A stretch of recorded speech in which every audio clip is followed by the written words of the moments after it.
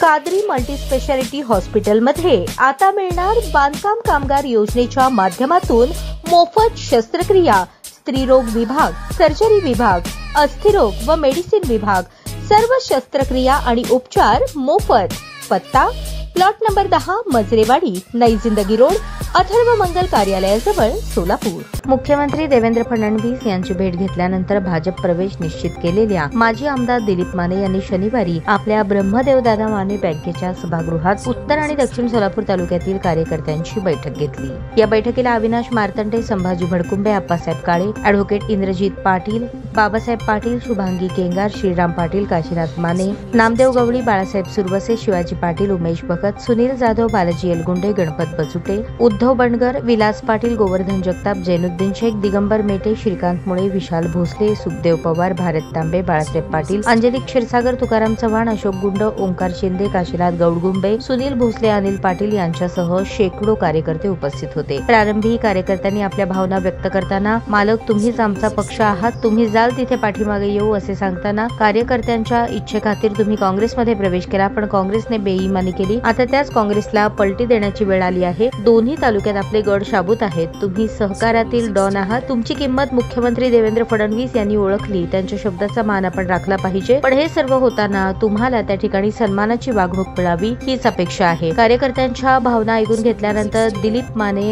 यांनी भाजप प्रवेश करण्यामागील उद्देश स्पष्ट केला। कार्यकर्त्यांची कामे व्हावीत, त्यांचा सन्मान व्हावा हा माझा कायमचा प्रयत्न असतो, त्यासाठी मुख्यमंत्र्यांनी आपणाला भेटण्यास बोलवले, भेट झाली, सर्व परिस्थिती त्यांच्या समोर सांगितली, तेव्हा त्यांनी पालकमंत्री तुमचे मित्र आहेत, तुम्हाला सर्वाधिकार आहेत, काळजी करू नका, अडचण आल्यास मी आहेच असा शब्द दिला आहे, त्यामुळे तुम्ही सर्व कार्यकर्त्यांनी माझ्या पाठीशी खंबीर उभे राहा असे आवाहन त्यांनी केले। बळूभाऊ आहेत 75, बाबांना आहेत 72, संभाजीराव आहेत 64, कोण आणि बापू आहेत जवळजवळ 75, त्यांनी यंग आहेत बाकीचे यांचं बी काय दबदबा, माझा दबदबा नसतंय, कार्यकर्त्याचा दबदबा हे दिलीप मानेंचा असते, माझा नसतंय। तुमचं प्रेम हेच दबदबा असतं का, तुमचा माझ्यावर एवढा विश्वास आहे, माझा तुमच्यावर एवढा विश्वास आहे। तुम्ही आता सगळ्यांनी म्हटलं की ज्या पक्ष आता बरेच लोकांनी भाषण केलं, तर सगळ्याचं नाव घेत नाही, सगळ्यांनी हेच सांगितलं की तुम्ही जाईल तिकडं। मी म्हटलं मागचे 2014 पासून आपण सातत्यानं प्रयत्न करतो की आपल्याला कुठलं तर आपण राजकीय आपल्याला व्यासपीठ असावं, आणि आपल्याला अनेक वेळा हुलकावणी देत गेलेलं आहे, जसं दादाला होतंय तसं मला पण होतं,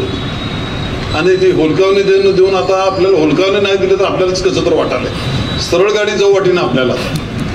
लांब न प्रवास करावा असं चाललंय।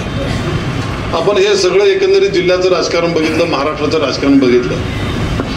मीच एकटा असं प्रामाणिकाने तटस्थ राहतो, पण बाकीचे जिल्ह्यातल्या काही मंडळींचं सगळीकडे हात ठेवून असतो, सगळीकडे हात ठेवतात, त्यांना तुम्ही भेटायचं, त्यांना भेटायचं, तिथं भेटायचं, तिथं भेटायचं, त्यांची काहीतरी कामं होते। आमचं 25-15चा बाबांना 2 महिने झालं पत्र घेऊन फिराले, झालं का मंजूर, झालं का, म्हणजे संभाजीराव, अविनाश, अनेक मंडळी तर इथं, नाना पवार आहेत, आमचं इथं रस्ता मंजूर, किती 5 लाखाचा रस्ता कोण मंजूर करीना, काय नाही। आमच्याकडं जयकुमार गोरे साहेब आमचे मित्र आहेत, त्यांनी आले आपल्याकडे, सहबोलणार आले, आपल्याला भेटले, बाबासाहेब पाटील सहकार मंत्री आले, अनेक जण आले, निधीचं कुठं आहे, काय नाही, आपण भेटतो, करतो, काय कामं करतात त्यांनी, का फोन करतात, आपल्या कार्यकर्त्याचा निधी,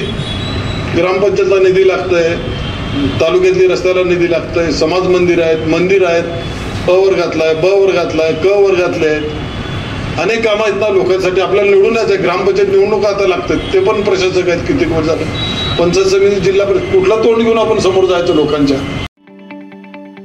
ताज्या बातम्या पाहण्यासाठी प्राईम महाराष्ट्र न्यूज चॅनलला सबस्क्राईब करा।